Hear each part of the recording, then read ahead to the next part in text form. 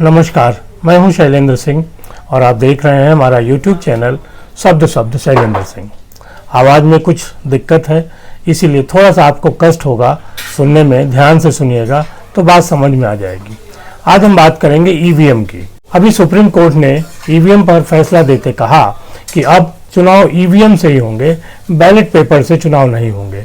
इससे एक जो मैसेज बार बार दिया जा रहा था कि ईवीएम से जो चुनाव होते हैं उनके परिणाम वैसे नहीं होते हैं जैसे कि ग्राउंड पे होते हैं, यानी उनको किसी भी तरीके से मैनिपुलेट कर रहा है। हालांकि किसी के पास भी इसके उदाहरण या प्रमाण नहीं थे, इसीलिए सुप्रीम कोर्ट ने ये कहा कि जब कोई प्रमाण नहीं है तब इस पे बैन लगाने का कोई मतलब नहीं है।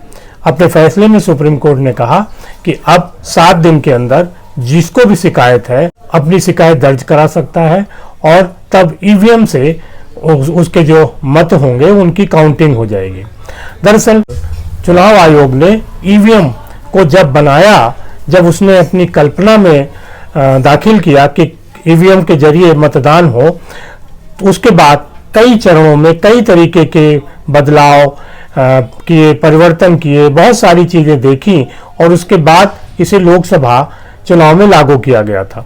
इसकी शुरुआत हुई थी 1977 से। बहुत कम लोगों को जानकारी होगी कि 1977 में चुनाव आयोग ने सोचा था कि हमें ईवीएम के जरिए मतदान करवाना चाहिए और तब उन्होंने इलेक्ट्रॉनिक कॉरपोरेशन ऑफ इंडिया को इसका जिम्मा सौंपा कि वो एक ऐसी मशीन बनाए जिससे कि ईवीएम की तरह हो और उससे लोग वोट दे सके।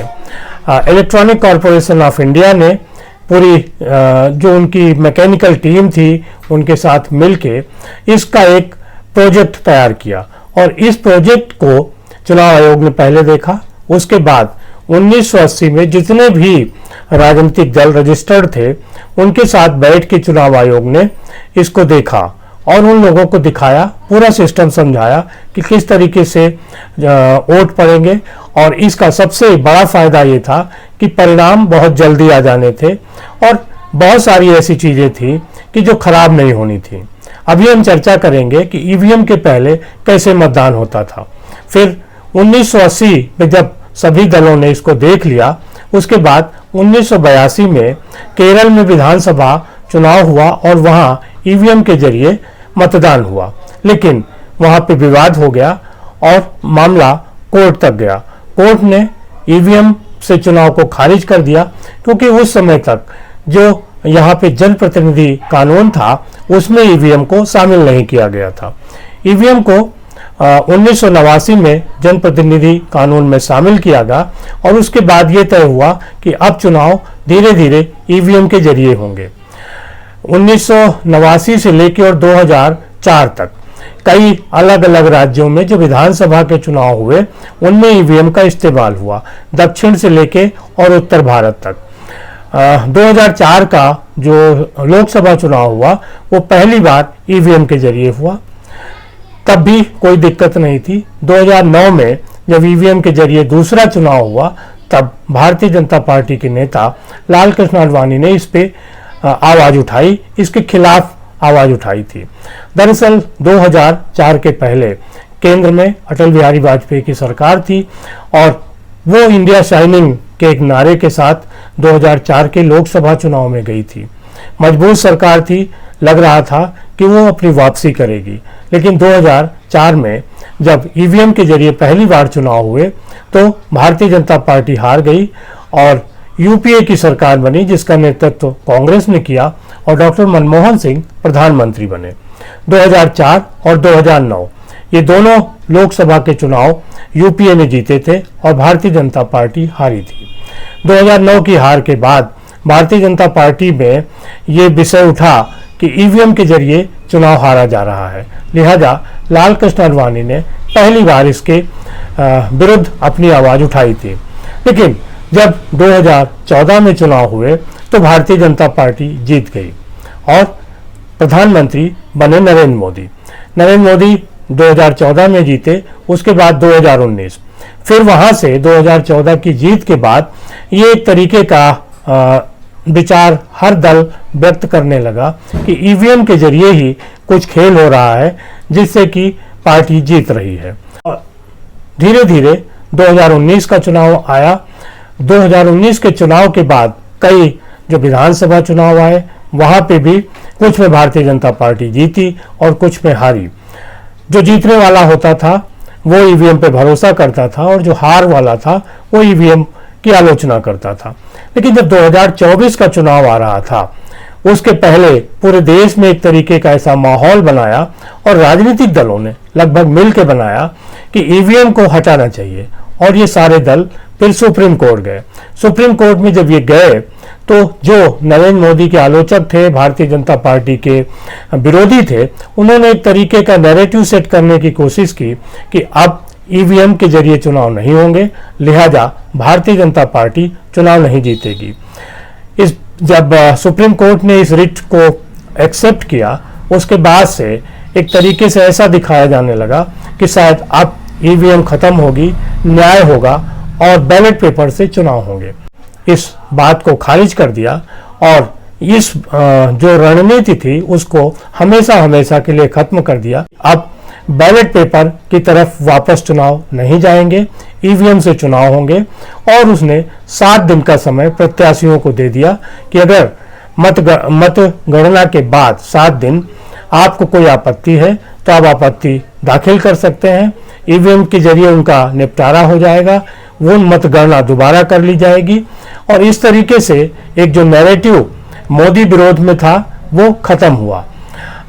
अगर आप देखिए तो इसके पहले बैलेट पेपर पे चुनाव होते थे। बैलेट पेपर पे चुनाव किस तरीके से होते थे, उस समय बहुत लोग ऐसे होते थे जो पूरे मत पेटियां जिसमें बैलेट डाला जाता था उसको लूट लेते थे। कुछ लोग जो फर्जी मत पेटी थी वो ले आते थे, वहां शामिल कर देते थे।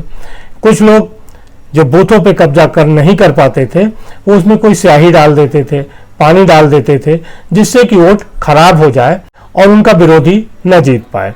तो इस तरीके का एक काम होता था। और दूसरे उसकी गणना अलग से होती थी, क्योंकि मैनुअल गणना होती थी तो उसमें टाइम भी लगता था और उसमें गड़बड़ी की भी आशंकाएं ज़्यादा होती थी। कई बार अगर बैलेट जो मोहर है वो चुनाव निशान के इधर उधर हो गई या किसी और खाने में टच कर गई तो वो वोट इनवैलिड हो जाता था। ऐसे में उसको जो चुनाव अधिकारी होता था वो खारिज कर देता था। उस पर भी तमाम तरीके के विवाद होते थे और कई बार इस तरीके के चुनाव परिणामों पे बहुत कोर्ट तक लोग गए और वहां पे मुकदमे चले, मामले खारिज हुए। ईवीएम के आने के बाद बहुत सारी सुविधाएं आई, जल्दी चुनाव परिणाम आता है। एक बार मतदान देने के बाद उसको खराब नहीं किया जा सकता। मतगणना जब होती है तो ईवीएम की मशीनों को गिन के उसमें जो रिजल्ट होता है उसको जोड़ के और जल्दी से जल्दी नतीजे आ जाते हैं। बावजूद इसके सभी दल एक तरीके से जब हार रहे थे 2014 का लोकसभा और 2019 का, तब उन्होंने सोचा कि क्यों नहीं खाली ईवीएम को ही दोष दिया जाए, और अगर ईवीएम को दोष देंगे, ईवीएम से चुनाव बंद हो जाएगा तो उनकी जीत हो सकती है। हालांकि ये भी संभव नहीं था, क्योंकि मतदान तो मतदान होता है और मतदान मतदाता करता है। ईवीएम हो या बैलेट, ये तो एक सिस्टम है। नया सिस्टम ईवीएम सबके लिए उपयोगी है, यही बात सुप्रीम कोर्ट ने कही और इस विवाद को सदा सदा के लिए खत्म कर दिया। इससे एक बात और सामने आ गई कि जो लोग लोकसभा चुनाव 2024 में इसको मुद्दा बना के अपनी जीत दर्ज करना चाहते थे, उनके हाथ निराशा लगी है।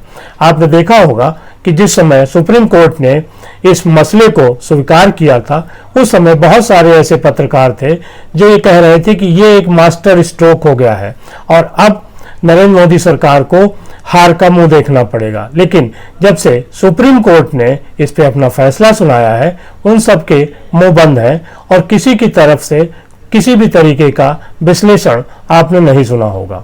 लिहाजा ईवीएम को दोष देने की जरूरत नहीं है। ईवीएम आज की नहीं है, 1977 से उसका जन्म हुआ और अभी तक वो चल रही है। जो जीतता है वो वाह वाह करता है और जो हार जाता है ईवीएम का दोष देता है।